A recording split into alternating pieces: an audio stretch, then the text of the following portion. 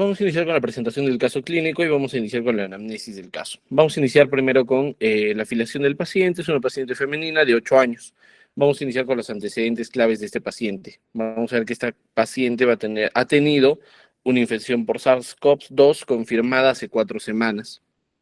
Actualmente viene con un tiempo de enfermedad de 5 días, cuyo inicio fue insidioso y curso progresivo. Los síntomas principales fueron fiebre persistente de 39.5 grados, dolor abdominal intenso, vómitos y conjuntivitis bilateral no purulenta. Ahora, en la presentación del caso clínico, el paciente vino con un examen físico con funciones vitales de 135 latidos por minuto, una frecuencia respiratoria de 28, una presión arterial, una hipotensión de 85,55. La piel y la mucosa hubo un exantema polimorfo en tronco, labios agrietados y lengua en fresa. El abdomen hubo un dolor difuso a la palpación sin signos de irritación peritoneal y a nivel de los ojos hubo una inyección conjuntival bilateral sin secreción.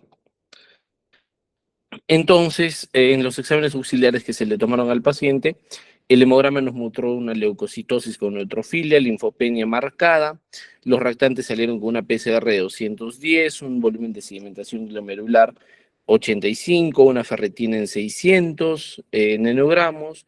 A nivel de las pruebas cardíacas salieron la troponina I, la troponina N y también el ProBNP también salió elevado. A nivel de las imágenes se mostró un ecocardiograma, va a mostrar dilatación leve de las arterias coronarias y una fracción de eyección del 45%. Acá terminé colocando los parámetros de nuevo de todo este caso, del dímero D como estuvo, está como se ve aumentado, la proteína C reactiva está muy por encima de los valores normales, la ferritina está muy por encima de los valores normales, la albúmina se encuentra en valores disminuidos y la troponina pues también se encuentra en valores muy altos. Muy bien, entonces a este caso hemos llegado a la conclusión del diagnóstico que el paciente está es un caso de un COVID, pero lo que estamos viendo ahorita es la complicación del COVID, porque ahorita vamos a analizar en lo que vamos a ir resolviendo el tema, cómo es de que se van a darse los síntomas y cuál va a ser la principal complicación de este mismo. Entonces vamos a empezar con la definición de SARS-CoV-2 y COVID-19. Para empezar, vamos a empezar que el virus, que es el virus del SARS-CoV, es un virus de tipo de ARN monocatenario de sentido positivo del género beta coronavirus y de la familia Coronaviridae. Como ya lo hemos conocido por todo el trayecto que hemos tenido, fue identificado por primera vez a los finales del año de 2019, con un inicio en Wuhan, China, siendo el agente causante de la enfermedad del COVID-19. Ahora, ¿hubieron variantes de preocupación? Sí. A lo largo de la pandemia han surgido muchas mutaciones, ha ido mutando este virus, así como las variantes tanto alfa, beta, gamma, delta, omicron, que han ido algunas más fuertes que otras más leves, se han expandido más, y entonces algunas han llegado más al Perú y otras menos. Pero vamos entonces a las definiciones que tenemos que tocar sí o sí en estos pacientes. Vamos a ver primero de un caso sospechoso, un caso probable, un caso confirmado y un caso descartado. El caso sospechoso era cualquier persona con síntomas respiratorios, ya sea tos, dolor de garganta, fiebre, diarrea, malestar general, algunas infecciones respiratorias agudas, graves que también requieran hospitalización, pues todos ellos eran casos sospechosos. Luego vamos a ir a los casos probables. Los casos probables ya eran casos sospechosos, pero con un contacto directo con una persona que sí haya sido confirmada, o si es que no tenemos que esta persona ha sido confirmada, que ha tenido contacto con una persona ya confirmada, o una imagen de tórax que nos diga de que tal vez sí sea sugestivo de la enfermedad. Ese era un caso probable. Y un caso confirmado y es una persona a la cual ya se le hizo una prueba molecular, una PCR, o una prueba de antígenos positiva para SARS-CoV-2. Y un caso descartado es aquel donde se logra encontrarse otra causa que explique todos los síntomas que está teniendo el paciente. Entonces, con estos 4 definiciones se hizo todo lo que es la epidemiología del COVID. Entonces, vamos a ver nos estamos basándonos en nosotros en lo que es pediatría, y vamos a iniciar con los casos confirmados. Para empezar, el año más importante, hubieron la mayor cantidad de casos en niños fue en el 2022. El 2020 y 2021 más afectó a lo que eran personas adultas. Normalmente, y el pico más alto que hemos tenido era de 167.000 casos, normalmente entre niños y adolescentes. Y a lo que va el del 2025 se han reportado hasta 139 casos en niños y 62 en adolescentes. Del 2026 no han salido todavía estadísticas. La mortalidad en el año con mayor número de defunciones en niños fue en el 2020, con 504 muertes, y en el 2025 se han registrado solo dos defunciones en niños y 0 en adolescentes hasta la fecha. Factores de riesgo que tenemos que tener en cuenta para lo que son los pacientes pediátricos. Bueno, primero es que vamos a tener los pacientes que tengan enfermedades pulmonares, ya sea prematuros, con dependencia de oxígeno, fibrosis quística, asma grave o asma no controlado, pacientes inmunodeprimidos, con tratamiento oncológico, inmunodeficientes, pacientes con uso prolongado de corticoides, pacientes con trasplantes o pacientes con VIH mal controlado. Ahora, condiciones cardíacas y renales, pacientes cardiópatas, congénitos, ya sea cianóticos o no cianóticos, con insuficiencia renal crónica en estadio 4 y 5, también son pacientes de riesgo. Y otros factores principalmente son todos los menores de 6 meses, pacientes con obesidad, desnutrición severa o tal vez algunos pacientes con diabetes, mellitus tipo 1. Y por último, los pacientes con trastornos neurológicos, como lo más importante, que ya hemos tenido casos, como se han estado revisando en las exposiciones y en los casos, la parálisis cerebral infantil. Entonces vamos a estudiar un poquito más al causante de al COVID. El COVID, vamos a iniciar desde su morfología, desde su forma y cómo es que nos ataca a nosotros. Entonces, como te dije, un virus está conformado de un material genético envuelto de un cápside. En este caso, su material genético es un ARN monocatenario de tipo polaridad positiva, o sea que su giro va a ser hacia la derecha, de unos 30 pares de bases, no, de 30.000 bases, y es uno de los es uno de los virus con genes más grandes que vamos a tener en toda la naturaleza. Proteínas estructurales que va a tener. Entonces, como te dije, todo virus está hecho de material genético envuelto en un cápside. Ahora, esa cápside está hecha de principalmente 4 proteínas. Tenemos a la proteína Spike, a la proteína M, a la proteína E y a la proteína N.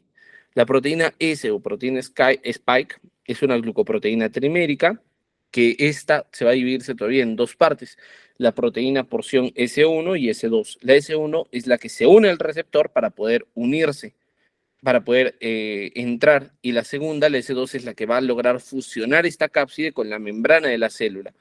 Ahora, esta es la que va a contener el dominio de unión al receptor. Entonces, primero la proteína S, que le permite unirse a la célula. Ahora vamos a analizar cuál es el receptor. Todo virus necesita un receptor. En este caso, el receptor va a ser la ECA. Ahí es donde principalmente este virus se va a unirse. La proteína M de membrana es la más abundante, determina la forma del virión y organiza el ensamblaje de esta cápside. Para que esta cápside, al momento de formarse, se une, le dé toda la estructura a la proteína que lo envuelve, pues esa es la más importante, la proteína M.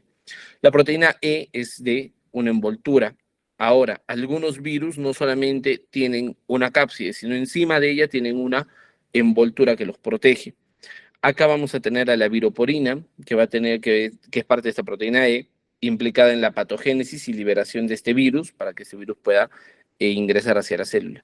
Y por último, la proteína N, que empaqueta, o que es la que va a ser la proteína más interna, que va a estar enrollando al material genético, y en este caso. Entonces acá tienes las proteínas, como te iba diciéndote, que están muy relacionadas acá. Tienes a las proteínas Spike, a la proteína M, a la E y a la N. La N es la más interna, la que está más relacionada a lo que es el material genético. La S es con la cual se une. La M es con la cual va a generar eh, toda la parte de la cápside como tal. Ok, entonces ya hemos analizado al virus. Ahora vamos a analizar cómo este virus entra y hacia dónde se dirige. Entonces, como te dije, para que un virus infecte una célula, necesita sí o sí de un receptor. ¿Cuál es el receptor? La enzima convertidora de angiotensina. Lista, la ECA, de la angiotensina 2, que normalmente, ¿dónde se va a expresarse esta? Pues esta ECA era la que convertía la angiotensina 1 en angiotensina 2, y esta se encuentra a nivel de los neumocitos tipo 2, también se encuentra a nivel del endotelio vascular y de los enterocitos. Por eso es de que va a afectar a dos sitios el COVID, y en su sintomatología lo vamos a ver, va a afectar tanto a vías respiratorias como también va a afectar mucho a tracto digestivo. Listo, ahora, ¿quién era el necesario para que se una este virus a esta enzima? Pues era la proteína S, que era crucial para la exposición del péptido de la fusión. Ahora va a empezar a producir enzimas, que una de estas va a ser la proteasa de serina transmembrana, que esta va a permitir unirse principalmente esta S1 y S2 a esta ECA. Y para terminar de infectar, meterse hacia adentro, va a utilizar otras proteínas, ya sea como la furina, y para que termine de entrar, pues tiene que haber una fusión de la membrana, de la cápside viral con la membrana del propio virus. Y esto va a depender de quién, de estas proteínas que te dije, de la proteasa de serina transmembrana, esta TPSRSC2 y de la furina. Una vez haya ingresado el virus, ¿qué tiene que hacer el virus? Pues tiene que empezar a replicarse dentro de la célula. Primero va a empezar con la traducción de ciertas proteínas. Acá tienes a la PPA1A y a la PPA1B. Estas principalmente van a ser creadas por algunas proteasas virales, o sea, por otras enzimas que tiene el virus, que son la EMPRO y la PLPRO. Estas van a crear estas proteínas PP1A y PP1B. ¿Para qué sirven eso? Para empezar ya a traducirse, o sea, para que este material genético, ¿qué tiene que hacer dentro de la célula? Tiene que crear nuevas proteínas. Estas nuevas proteínas, ¿para qué van a servir? Pues para ir creando las proteínas de los nuevos virus, para que se formen nuevos virus dentro de la célula. Entonces vamos a analizar después el complejo de replicación de transcripción, que es en el cual se forman vesículas de doble membrana para proteger la replicación del ARN de los sensores inmunes citosólicos. Y vamos a analizar ahora el ensamblaje. Entonces, como te dije, al inicio, primero en la traducción, ¿qué empezamos a hacer? Empezamos a crear proteínas nuevas del virus. Estas proteínas nuevas del virus hay que ir ensamblándolas para ir creando de nuevo para ir creando todo lo que es la cápside y para ir creando los nuevos viriones que están formándose. Esto pasa normalmente en el retículo endoplasmático y en el aparato de Golgi. Y por último, cuando ya se crearon los virus, ¿qué es lo que hace? Se liberan por exocitosis hacia afuera. Ahora, ¿cómo va a afectar el SARS-CoV? Vamos a analizar de que va a tener una fisiopatología sistémica porque va a afectar a todo el cuerpo y también va a crear una tormenta de citocinas que vamos a ver que es parte crucial de la enfermedad. Por ello, de hecho, parte del tratamiento es la inmunosupresión del paciente y el uso de glucocorticoides en altas cantidades para evitar esta tormenta de citocinas, que es lo que va a terminar haciendo daño. La respuesta inmune aberrante y daño multiorgánico, pues es parte de la fisiopatología de esto. Y vamos a analizar en cuatro fases. La primera fase es la evasión inmune. Entonces, el virus lo que hace es bloquear toda la señalización de interferón tipo 1. ¿Qué es el interferón? El interferón es un tipo de citocina que se utiliza para poder atacar a virus. Normalmente lo crean los linfocitos para poder potenciar a los macrófagos y estos potenciados por el interferón puedan atacar virus. Pues lo que hace este virus es bloquear al interferón para que de esta forma tu sistema inmune no reaccione de manera correcta contra estos virus, entonces permitiendo que estos virus puedan replicarse, puedan tener una carga viral bastante alta porque nadie los está deteniéndolo, porque no tenemos este interferón tan importante que es para la defensa contra virus, porque está siendo bloqueado. En la fase 2 vamos a tener una hiperinflamación. Listo. Tu cuerpo se está viéndose atacado, entonces como respuesta a este ataque de estos virus que se están replicándose, lo que hace el cuerpo es inflamarse. Entonces va a empezar el reclutamiento masivo de tanto de macrófagos, neutrófilos, y vamos a ver una liberación descontrolada de interleucina 1, interleucina 6 y factor de necrosis tumoral. Entonces vamos a analizar acá una parte importante. Acá se produce una inflamación muy grande. ¿La inflamación es importante? Sí, sí es importante, porque con esta inflamación nosotros nos defendemos, pero también hay que entender que la inflamación también hace daño al propio cuerpo, porque al tratar de destruir en las zonas donde se encuentra el virus, también va a ir destruyendo todo el tejido circundante sano. Entonces, la inflamación y esta inflamación tan descontrolada que se produce no termina siendo favorable a nosotros, y mucho menos al pulmón, y termina destruyendo aparte del pulmón. En la fase 3 vamos a tener un daño endotelial y coagulopatía. Ahora, ¿te recuerdas que también el virus entraba hacia lo que es los vasos sanguíneos porque ahí estaba su receptor? Pues entonces también se va a dirigirse un daño a nivel de estos vasos sanguíneos porque ahí está el virus. Entonces se inflaman esto y produciendo la endotelitis. Ahora, el estado protrombótico es porque se activa el complemento, tu cuerpo trata de defenderse con el sistema de complemento, con esas 9 proteínas que se unen para tratar de destruir, y formación de NETs. Ahora, ¿qué son los NETs? Los NETs son trampas extracelulares de neutrófilos, donde los neutrófilos como que se unen entre ellos para tratar de captar más virus, pero todo esto al fin y al cabo termina produciendo microtrombosis que van a llegar a afectar a pequeños órganos con pequeños vasos. Entonces, se produce el daño endotelial, se producen coagulopatías por todos estos factores de defensa que está tratando de ser el cuerpo, y por último todo termina en un síndrome de distrés respiratorio agudo, donde este síndrome de distrés respiratorio agudo, acompañado de un shock por ya sea la inflamación tan fuerte que hay, ahora la inflamación produce vasodilatación, la vasodilatación que disminuye lo que es la resistencia, esto directamente va a influenciar sobre el gasto cardíaco para disminuir la presión arterial, todo esto va a caer en lo que es una hipoperfusión. La hipoperfusión a largo plazo va a llegar a una falla multiorgánica y esto pues va a llegar a producir una fibrosis pulmonar postinflamatoria, y que de esto va a tratar después el siguiente caso que vamos a ver. Entonces vamos a analizar el cuadro clínico.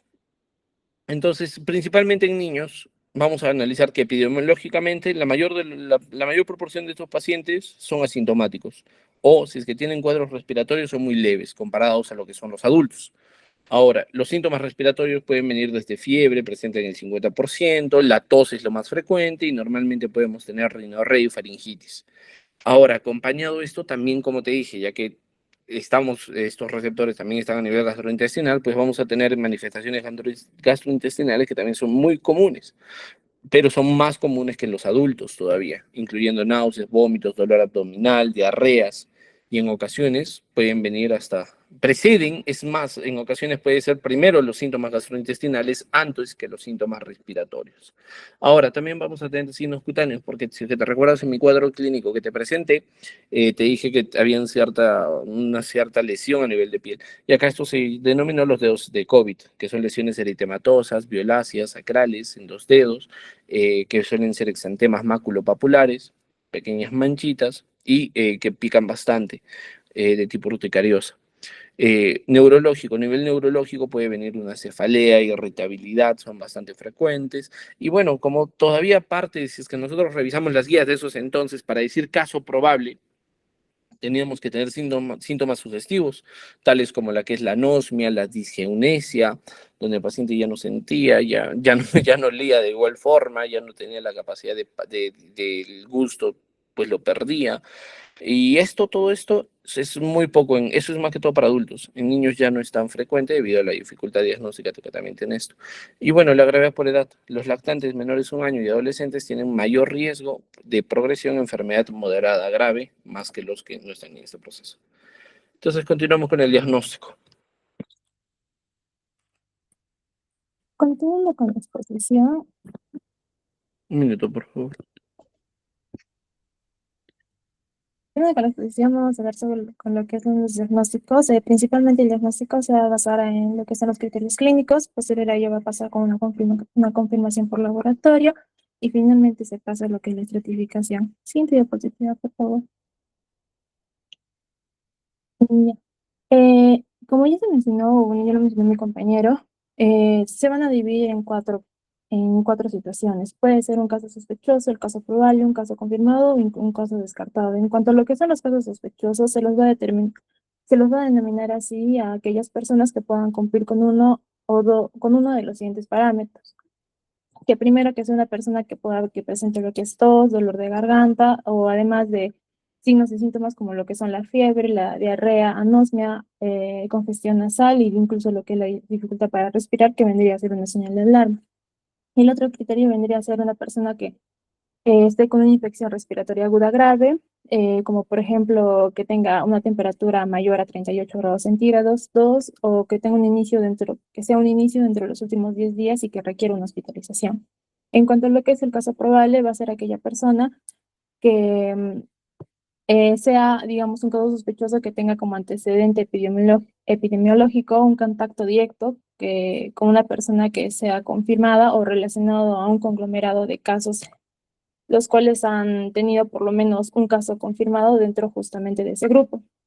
Y el otro criterio vendría a ser un caso sospechoso con imágenes de tórax que muestran hallazgos sugestivos con lo que vendría a ser el COVID-19, como por ejemplo en lo que son las radiografías de tórax, que se puedan ver opacidades nebulosas de morfología a menudo redondeadas, o en el caso de una tomografía computarizada, ecografía pulmonar o incluso lo que es la resonancia magnética, en donde se pueda ver un daño miocárdico y evidencia de disfunción cárdica asociada a la COVID. En cuanto a lo que es el caso confirmado, se va a denominar justamente a la persona que cumpla con uno de los de tres criterios, que sea un caso sospechoso o probable con una prueba molecular positiva, un caso con prueba antigénica positiva para el SARS-CoV-2 o un caso asintomático con la prueba de PCR o una prueba antígena positiva. Y en cuanto a lo que es el caso descartado, va a ser un caso probable con evidencia clínica, radiológico o incluso de laboratorio que pueda explicar otra etiología muy diferente a la que sea la SARS-CoV-2. Siguiente diapositiva, por favor. Ahora, hablando de los exámenes auxiliares, siguiente, por favor. Primero tenemos lo que son los de patología clínica. Dentro de estos principalmente van a estar exámenes de la analítica sanguínea, como son, por ejemplo, el hemograma, la proteína C reactiva, la procalcitonina. También se realizan lo que son los hemocultivos, la bioquímica con transaminasas, aquellos exámenes para la función renal, pruebas de coagulación, dímero D y lo que son la gasometría. Tenemos acá dentro también lo que es la prueba de la PCR viral. En sí, estas pruebas se van a basar en la determinación del ARN viral mediante la reacción de la cadena de la polimerasa, que se va a considerar el stand de oro para la detección de algunos virus y se caracteriza por la detección rápida, la alta sensibilidad y también su especificidad. Esta prueba está principalmente indicada en lo que son niños asintomáticos, también en niños asintomáticos con antecedentes de exposiciones confirmadas. Y en estos casos se va a caracterizar bastante porque va a detectar cargas virales bajas. Ahora, en cuanto a lo que son las pruebas de detección de anticuerpo, estas se van a dirigir a determinar cualitativamente la presencia de lo que son las respuestas de tipo IgM y la IgG en los pacientes sospechosos de COVID-19. Estos anticuerpos se producen durante días o semanas después de la infección con el virus, donde aproximadamente el 50% de los pacientes se lo convierten en 7 días. La mayoría de los estudios sugieren que, o sea, estos pacientes desarrollan respuesta de anticuerpos solo en lo que es la segunda semana después del inicio de los síntomas, lo cual limita bastante la oportunidad de intervención clínica o una interrupción de la transmisión de la enfermedad. Estas pruebas de detección de anticuerpos que están dirigidas al COVID-19 también pueden reaccionar de forma cruzada con otros patógenos, incluidos otros coronavirus humanos, y dar resultados falsos positivos. Por tanto, para lo que es el diagnóstico clínico, estas pruebas suelen estar muy limitadas. Siguiente diapositiva, por favor. También se hacen lo que son la prueba antigénica, que como ventaja, estas suelen dar resultados mucho más rápidos, tienen una fácil disponibilidad. Sin embargo, las limitaciones son que es menos sensible que la PCR, tiene un menor rendimiento en los sintomáticos o incluso en aquellos casos que se encuentran en fases tempranas, y en caso, digamos, si es que esta prueba sale negativa, se debe confirmar posteriormente con una PCR. Luego, hay otros estudios y gérmenes atípicos que mencionan que, por ejemplo, en el caso de pacientes que ya se encuentran hospitalizados, se debe considerar lo que es evaluar una coinfección con virus con lo que es la inmunofluorescencia indirecta e infección también por gérmenes atípicos a través de lo que es el estudio de la serología, ya que hay estudios que hay un estudio que se realizó en la que menciona que la prevalencia de coinfección en menores, en el caso de los menores de 5 añitos, se encuentra en, hasta en aproximadamente el 11,9% de los pacientes. Siguiente diapositiva, por favor. En cuanto a lo que son los exámenes de imagen, estos no suelen solicitarse de rutina, son más que todo indicados cuando se tiene una sospecha de compromiso de las vías respiratorias bajas, cuando digamos el paciente presente o tenga factores de riesgo, cuando el médico sospeche de algún tipo de complicación y en caso también hay un deterioro respiratorio. Principalmente lo que se solicita son las radiografías, que se los hace en el caso de justamente los pacientes que se tenga la sospecha o la confirmación del COVID-19 con una sintomatología clínica importante, como por ejemplo lo que es el distrés respiratorio. En cuanto a lo que son las tomografías y lo que son las tomografías computarizadas, esas no se las suelen usar para el screening o como examen de primera línea para el diagnóstico. Ahí en cuanto a lo que es la ecografía pulmonar, esta no se suele usar como primera línea de imagen en los pacientes con sintomatología respiratoria, pero sí se llega a usar en el caso porque hay casos en los que se logran describir cambios pulmonares que son predominantemente de ubicación periférica en los lóbulos inferiores, que son solamente accesibles por la ecografía. Siguiente diapositiva, por favor.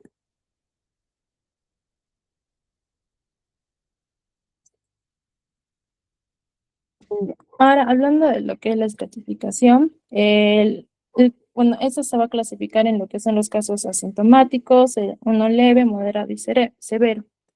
En cuanto a los asintomáticos, va a ser aquella población que, bueno, va a dar positivo a lo que es el SARS-2 mediante lo que es la prueba virológica, como puede ser la PCR, pero que no van a presentar síntomas significativos o que sean compatibles con lo que es justamente el COVID-19. En el caso de lo que son el leve, pueden presentar cualquier tipo de signos o síntomas de COVID-19, como por ejemplo lo que es la fiebre, puede presentar un malestar general, dolor muscular, náuseas, diarreas, pérdidas del gusto, del olfato o alteraciones dérmicas, pero que ninguna de estas, o sea, pero este paciente no va a presentar alguna dificultad para respirar o lo que es la disnea. En cuanto a lo que son los casos moderados, son aquella población que va a estar con una infección respiratoria aguda, que va a requerir lo que es la hospitalización.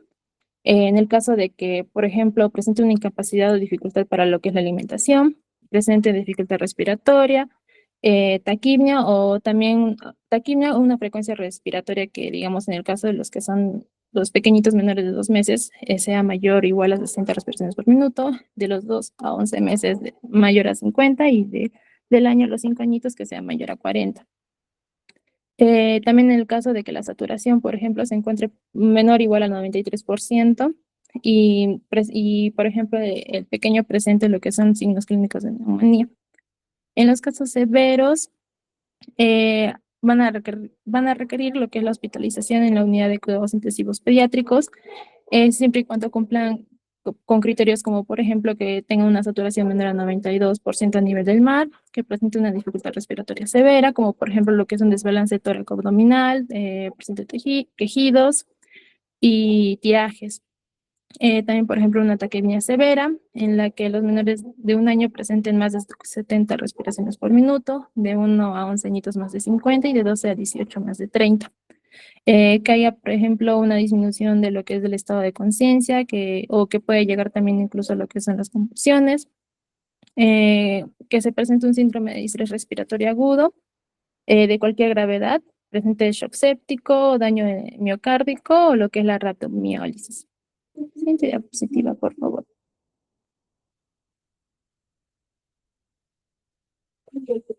Ahora lo que es el diagnóstico diferencial, como se mencionó, lo que es la infección por COVID-19 en lo que son justamente los pacientes pediátricos pueden llegar a cursar asintomáticas o pueden cursar como infecciones respiratorias agudas altas o como neumonías. em, y pueden ser indistinguibles de una variedad de condiciones agudas que puedan llegar a afectar lo que es el tracto respiratorio.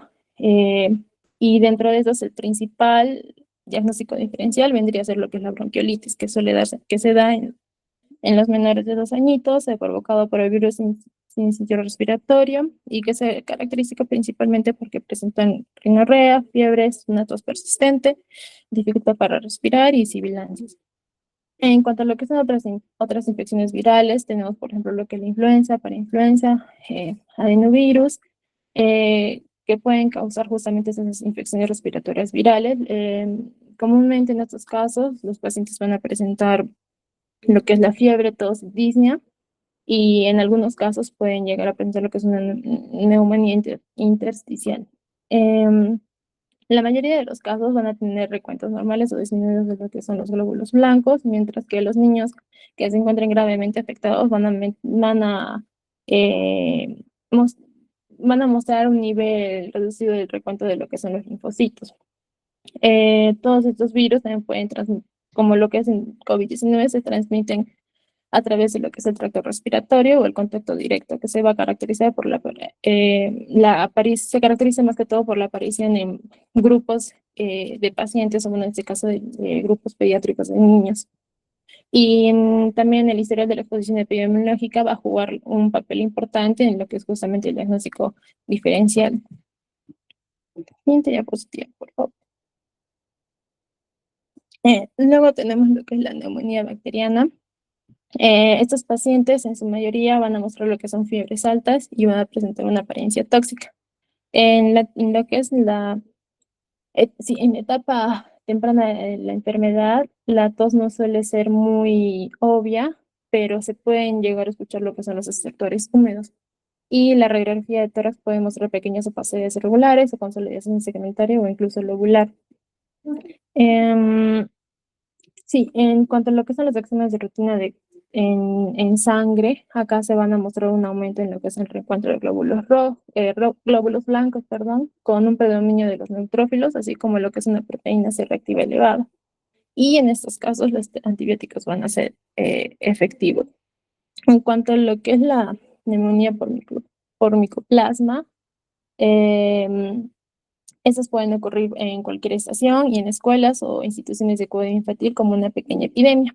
En esos casos, los pacientes son predominantemente niños en edad escolar, pero el número de niños más pequeños, o sea, mientras más pequeños, va a ser mayor la cantidad de casos. Y suelen comenzar siempre con lo que es la fiebre alta y con tos. En esos casos, la radiografía de tórax puede revelar opacidades reticulares y una pequeña consolidación irregular y grande. Y en cuanto a lo que son los exámenes de rutina en sangre, se va a encontrar los glóbulos blancos en sus valores normales o en algunos casos aumentados, y la PCR solo va a estar ligeramente elevada.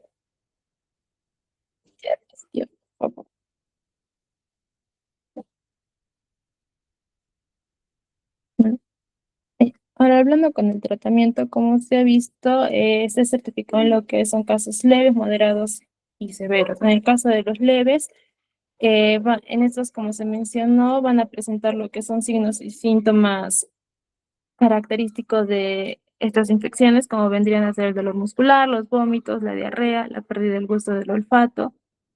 Sin embargo, no van a presentar lo que son las dificultad para respirar y la disnea. Por lo tanto, más que todo, en estos casos el tratamiento va a ser sintomático. Por ejemplo, se van a dar lo que son los antipiréticos, como lo que es el paracetamol, de 10 a 15 miligramos kilogramo por dosis, cada 4 a 6 horas, con un máximo de 60 miligramos. Se da también lo que es el ibuprofeno de 5 a 10, cada 6 a 8 horas, con un máximo de 40 miligramos.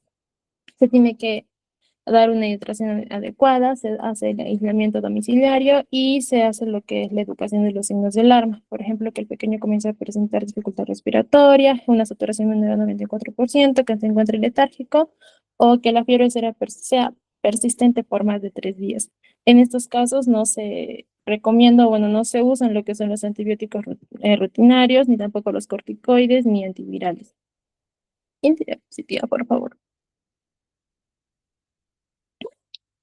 Ya. Este es un pequeño cuadro que eh, se encuentra en las guías de salud, en las que, por ejemplo, en el caso de las que el pequeño presente lo que son fiebres o cefaleas o dolor de garganta, se recomienda el uso de paracetamol y de ibuprofeno, ambos en presentación de jarabe, gotas o tabletas.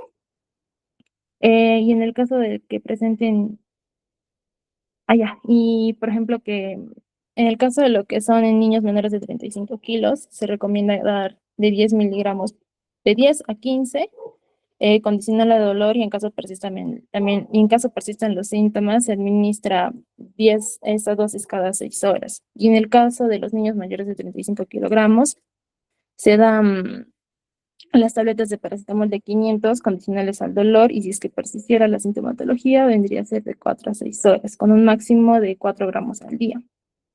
En cuanto a lo que es el ibuprofeno, en los niños mayores de 6 meses eh, se da 10 miligramos por kilogramo y en caso los síntomas no reduzcan o persistan, se da cada 8 horas con una dosis máxima de 2.400. En los adolescentes, en el caso de los adolescentes, se dan de 400 a 600, condicional al dolor, pero si persisten, se dan de 6 a cada 6 a 8 horas con una dosis máxima de 2.400 miligramos al día. En el caso de lo que es el ibuprofeno, se recomienda que se evite en aquellos niños que tengan una poca ingesta de líquidos o que tengan una sospecha de lesión renal aguda, debido a que está relacionado con lo que es un alto riesgo a daño renal. Siguiente diapositiva, por favor.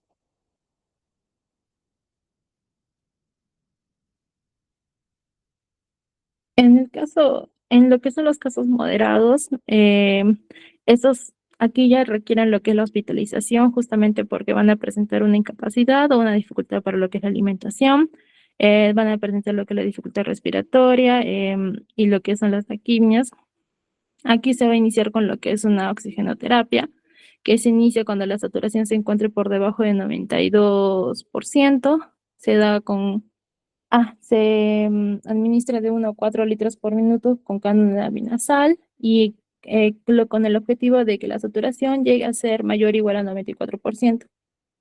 También se usan lo que son los corticoides en caso requiera lo que es sí, justo para el oxígeno se da lo que es la dexametasona de 0,15 miligramos por kilogramo al día, con una dosis, o sea, haciendo la cantidad máxima al día de 6 miligramos y con una duración de hasta 10 días o hasta que se dé lo que es el alta hospitalaria.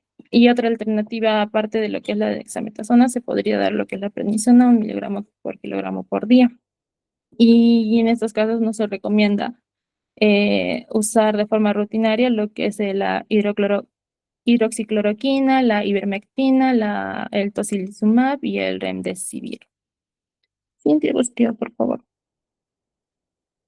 Y en los casos severos, eso requiere una hospitalización directa en UCI, ya que la saturación se va a encontrar, cuando la saturación se encuentra por debajo de lo que son el 92% a nivel del mar, cuando presente una dificultad respiratoria severa, una taquicardia severa, cuando hay una disminución de lo que es la conciencia o convulsiones.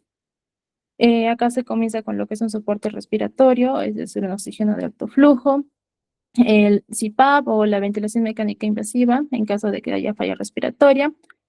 En los corticoides, que es la dexametasona de 0,15, anticoagulantes que se los usa de forma profiláctica en hospitalizados con riesgo de trombosis, como por ejemplo lo que es la enoxaparina, que es de 0,5 miligramos por kilogramo por dosis cada 12 horas, y esto se debe ajustar según el peso y la función renal del paciente. También se hace lo que es el manejo hemodinámico en el caso el paciente se encuentre en shock, que son con los cristaloides de 10 a 15 mililitros por kilogramo en bolos, o los vasopresores en caso no responda, como lo que es la norepinefrina. Sí, diapositiva, por favor. Y este es un pequeño cuadro resumen de de los fármacos que se usan, por ejemplo, lo que son la dexametasona. Solo se recomienda lo que son los pacientes con oxígeno, ya que va a reducir la respuesta inflamatoria excesiva. El remdesivir o antivirales no son recomendados de rutina. especialmente porque tienen poca evidencia en lo que es la población pediátrica. Los anticoagulantes de anticoagulación profiláctica, que va a depender según el criterio clínico y solo se da en pacientes hospitalizados con alto riesgo.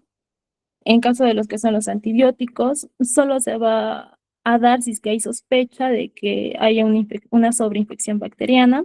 No está indicado para lo que es el COVID por sí solo y lo que son los inmunomoduladores, que no son de rutina pediátrica y la evidencia está muy limitada en lo que son los niños.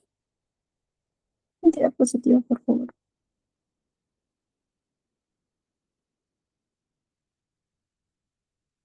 Ya, continuando con lo que son las complicaciones. eh, entidad- ajá. En la mayoría de estos los pequeños infectados por el COVID-19 no suelen presentar complicaciones. Sin embargo, existen pacientes que tienen riesgo para poder presentarlos, como por ejemplo lo que es la edad, que son los pequeños menores de 1 año, en aquellos que son por ejemplo, que estén recibiendo quimioterapia, que son inmunodeprimidos, que tengan una neoplasia hematológica o los que tengan una cardiopatía, como por ejemplo la hipertensión pulmonar, o que sean posoperados recientemente, unas neumopatías crónicas, como lo que es la fibrosis quística, un asma grave, una displasia broncopulmonar, y otros como por ejemplo vendrían a ser lo que es la diabetes, la malnutrición, una enfermedad renal crónica terminal, encefalopatías graves y miopatías. Una de las complicaciones que se pueden presentar es una neumonía, las atelectasias, o un síndrome de falla multiorgánica, un síndrome respiratorio agudo grave, el shock séptico, enfermedad de Kawasaki y lo que es el síndrome inflamatorio multisistémico. Diapositiva, por favor. Y, y en cuanto a lo que es el pronóstico, en sí se muestra que este coronavirus ese SARS-CoV-2, o sea, tienen mejor pronóstico. Son muy escasos los casos en los que empeoran los pequeños y estos van a poder empeorar dependiendo de ciertos factores, como por ejemplo lo que son las enfermedades pulmonares crónicas o que se encuentren inmunosuprimidos, ya sea por una enfermedad o que se encuentren en tratamiento, aquellos que tengan enfermedades cardíacas, las renales crónicas y otras como lo que es los drepanocitosis. Ya, y principalmente aquellos que tengan comorbilidades respiratorias o de inmunosupresión. Ya, por favor. Ahora vamos a hablar sobre una de las complicaciones del SARS-CoV-2, que vendría a ser el síndrome inflamatorio multisistémico. Ya, esto se va a definir como justamente una complicación en niños que se van a manifestar con una hiperinflamación, una enfermedad grave y afectación de múltiples sistemas de órganos. En sí, la mayoría de estos niños van a presentar, o sea, que tienen COVID-19 presentan síntomas leves y tienen una buena evolución, por lo que este síndrome inflamatorio es muy poco frecuente. Por lo general, los niños afectados son mayores de 5 años, con una edad media de 8, que presentan una elevada frecuencia de shock, un compromiso cardíaco y características del síndrome de activación de macrófagos, y que en este caso, a comparación es diferente a lo que es la enfermedad de Kawasaki, porque la de Kawasaki por lo general dan aquellos pequeños que son menores de 5 añitos. Mm, en cuanto a lo que es sí, los pequeños que son hospitalizados justamente por esto deben ser manejados por un equipo multidisciplinario que no solo incluye pediatras, sino que deben verse incluidos lo que son los cardiólogos, reumatólogos, también lo que son aquellos especialistas en enfermedades infecciosas y los hematólogos. Siguiente diapositiva.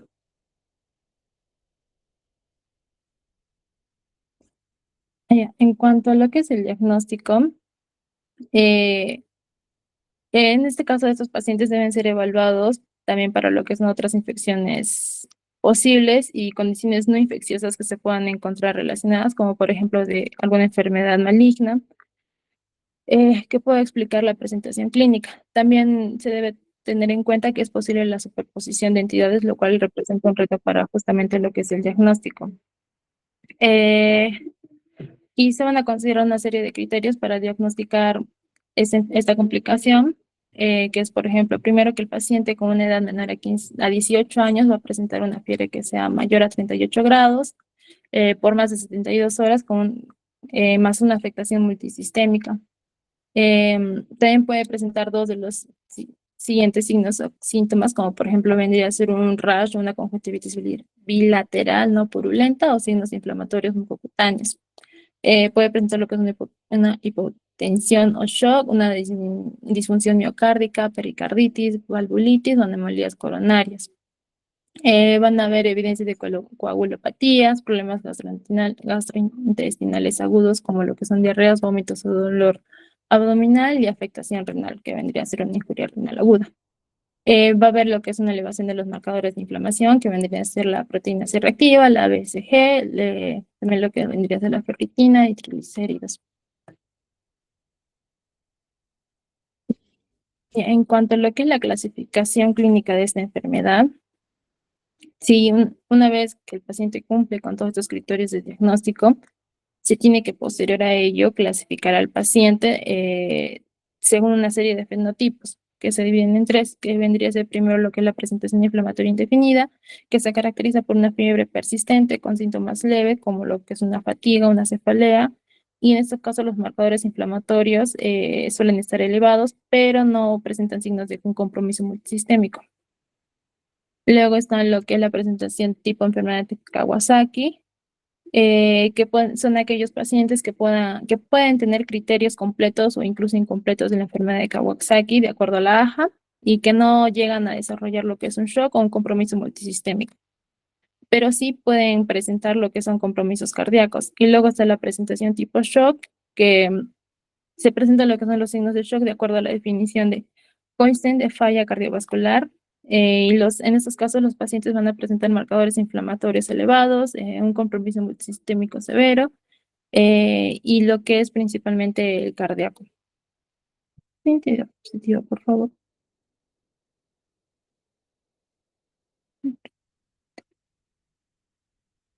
Ya. Ahora, hablando de lo que son las pruebas de laboratorio, primero se realizan aquellos exámenes de laboratorio basales, que son los que se solicitan al ingreso hospitalario, que vendría a ser justamente lo que es el hemograma completo, glucosa, ureacreatinina, electrolitos séricos, proteína C reactiva, procalcitonina, todo lo que es el perfil hepático y de coagulación, y principalmente lo que es la prueba serológica para SARS-CoV-2. Justamente estos pacientes van a requerir también lo que son pruebas diagnósticas adicionales, como son los estudios de imágenes de tórax, abdomen o del sistema nervioso central y punción lumbar.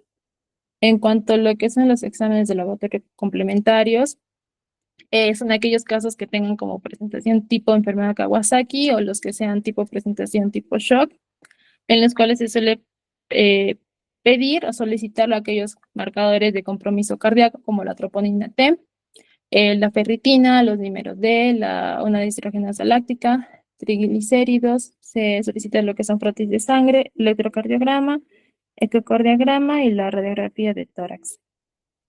Sí, diapositiva. El manejo va a depender, va a ser diferente de acuerdo a la severidad del cuadro clínico. Si hablamos, por ejemplo, de lo que es una presentación inflamatoria indefinida, esa va a ser en un ambiente de hospitalización y el tratamiento principalmente es sintomático y se suelen solicitar solamente lo que son los exámenes basales. En cambio, la que es de tipo de Kawasaki, acá se suelen solicitar los laboratoriales complementarios que vendrían a ser, por ejemplo, la inmunoglobulina. Se trata con la inmunoglobulina, lo que son los corticoides, una terapia antiplaquetaria y anticoagulante, y se hace con un manejo en caso de que haya un compromiso cardíaco. Y en el caso de presentación de tipo shock, la atención al tratamiento va a ser en UCI principalmente, Y acá se van a usar lo que son los vasoactivos, de ser necesarios. Se usan los corticoides a altas dosis, y una terapia antiplaquetaria y anticoagulante. En cuanto a lo que es un compromiso cardíaco, principalmente lo que se va a hacer es un monitoreo cardíaco y de presión arterial de forma continua con lo que es un monitor. Em, Va a tomarlo en un EKG cada 48 horas durante la hospitalización y un ecocardiograma al momento del diagnóstico y de seguimiento cada 7 o 14 días. Y se puede sacar un TEM cardíaco en el caso que se sospeche de lo que es un aneurisma de la arteria coronaria distal y que no se ve en el ecocardiografía. Sí, diapositiva. Para lo que es el manejo con moduladores, es cuando hablamos de lo que es la inmunomodulación, se requiere, para esta enfermedad se requiere lo que es un enfoque multidisciplinario. En estos casos se suele evaluar la respuesta del paciente y se consideran los diagnósticos diferenciales en cada paso. Los pacientes en evaluación que no tengan manifestaciones que pongan en riesgo su vida, se debe hacer la evaluación de otras posibles infecciones y también de condiciones no infecciosas relacionadas antes del tratamiento inmunomodulador. En caso de pacientes que sí eh, presenten síntomas que pongan en riesgo la vida o que se encuentren descompensados o hemodinámicamente inestables, van a requerir inmediatamente ese tratamiento inmunomodulador. Y se recomienda valorar el uso de las que son las inmunoglobulinas intravenosas asociadas a la metilprednisolona justamente en ese tratamiento que se encuentra asociado a SARS-CoV-2.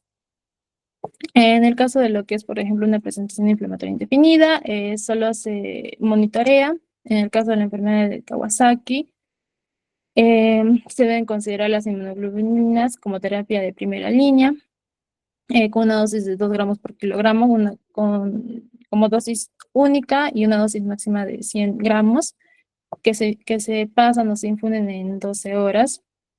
En el caso, por ejemplo, de aquellos refractarios a esta inmunoglobulina, se puede adicionar lo que es la metilprednisolona, que una duración de 1 hasta 3 días. Y en el caso de el SIMS, que es una presentación tipo shock, que se presenta bueno, donde hay un riesgo de compromiso de órgano terminal significativo, se inicia con lo que es la inmunoglobulina. Em, a la inmunoglobulina se agrega también lo que es la metilprednisolona y en los casos refractarios se usan dosis altas de corticoides, hasta por ejemplo 30 miligramos por kilogramo por día y que tiene una duración de 1 a 3 días. En casos de pobre respuesta se puede considerar también una segunda dosis de lo que es la inmunoglobulina. Se define también lo que es como un caso refractario de SINS, por ejemplo, cuando hay una fiebre persistente o un compromiso de lo que es un órgano terminal significativo en curso, en pacientes con disfunción cardíaca o signos de sobrecarga hídrica o de acuerdo a como se encuentra en el momento, se debe considerar dosis de inmunoglobulinas de 1 gramo por kilogramo al día por 2 días y siempre realizar lo que es un monitoreo de función cardíaca y del fluido antes de poder iniciar el tratamiento con lo que es la inmunoglobulina intravenosa para considerar también lo que es el uso de los diuréticos. Diapositiva, por favor.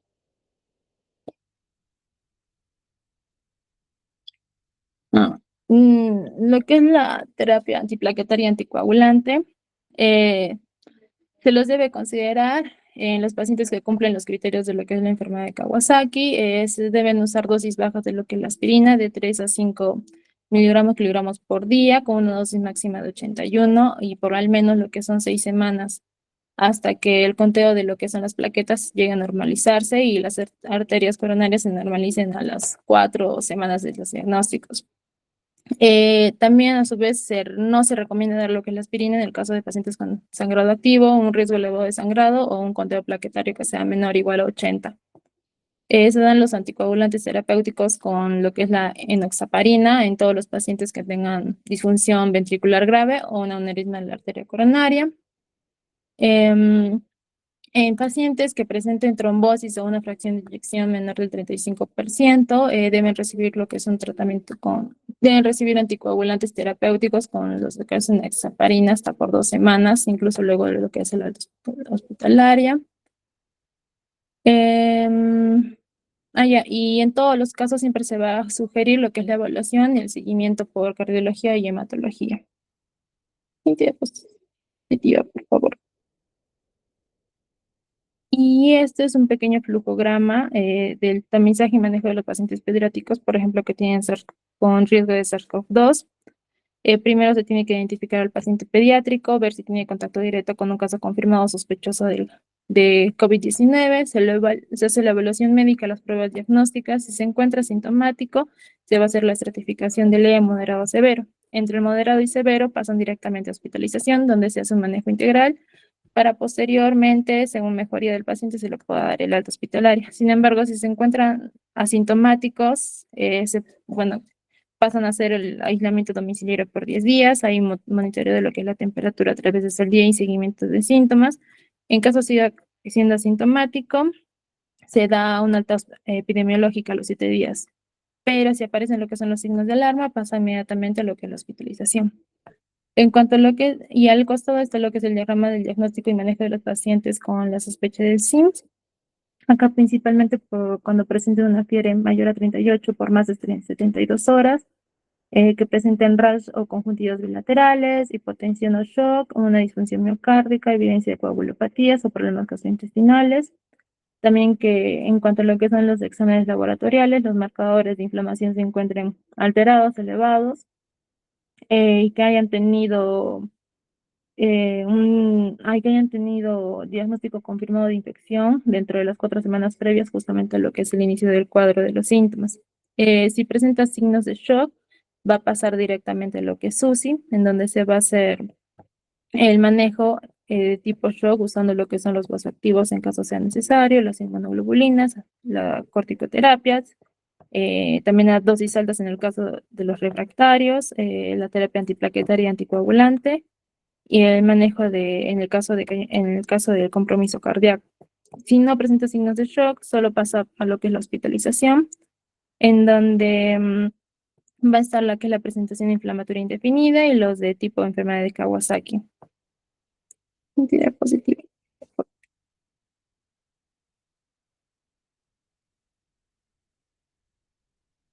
Y eso sería todo, doctora. Sí, Gracias. gracias de lo que han hablado sus compañeros.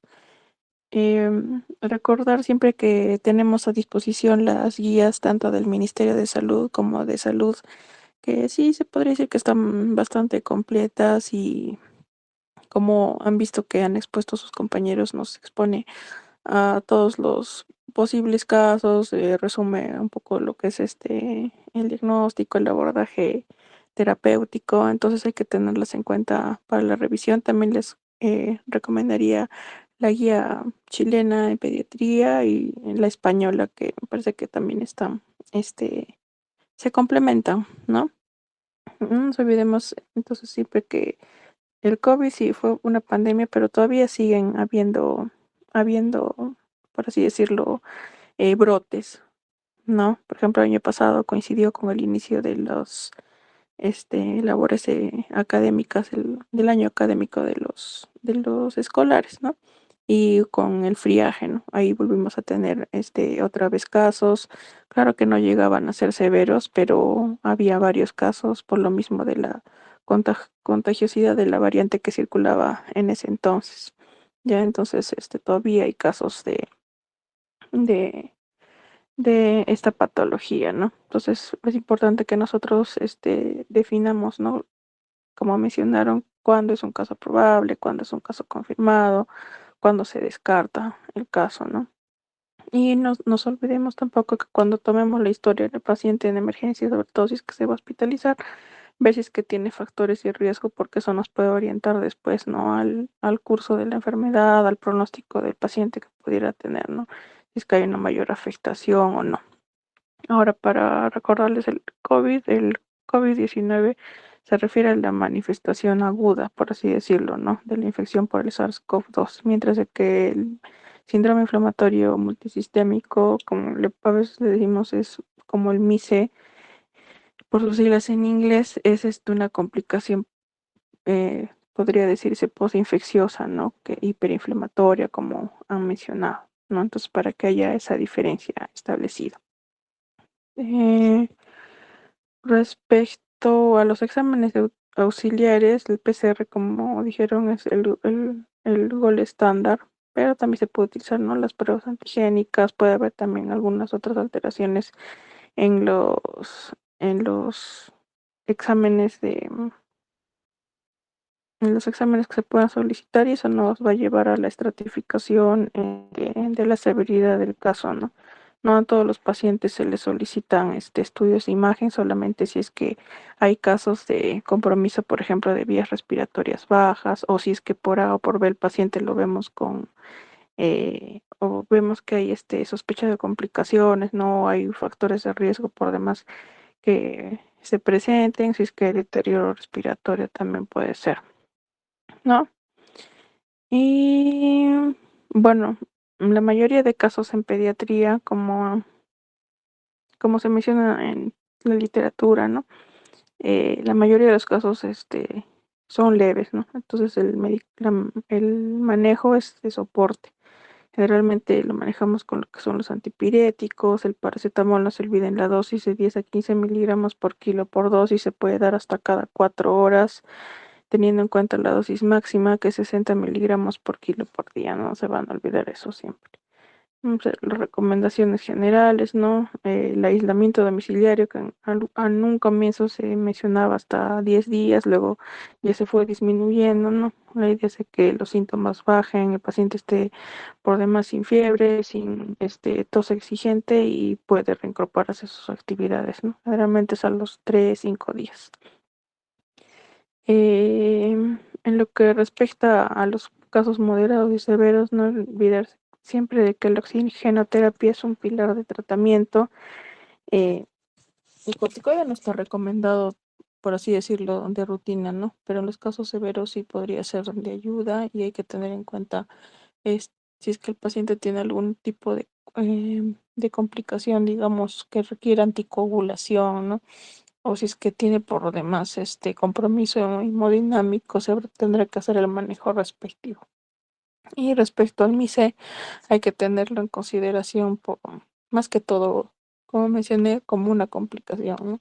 Y ahí, bueno, en el servicio también coincide, ¿no?, con la epidemiología a nivel mundial, donde hubo más casos de esa patología fue en el año 2022. Yo me acuerdo clarito, que ese año tuvimos en el servicio aproximadamente, yo diría, más de 10 casos, ¿no? Lo cual era bastante, con menos mal que todos los pacientes sí lograron una recuperación, ¿no? Claro que con el tratamiento y con la sospecha diagnóstica este, ya presente, no adecuada, aparte que cumplían todos los criterios, ¿no? Como han visto ahí, hay criterios tanto de la CDC, tanto de la OMS, ¿no?, que nos ayudan a llegar al diagnóstico. Bueno, eso sería todo. Creo que dense una revisadita a las guías que les he mencionado. Y bueno, eso sería todo. Buenas noches.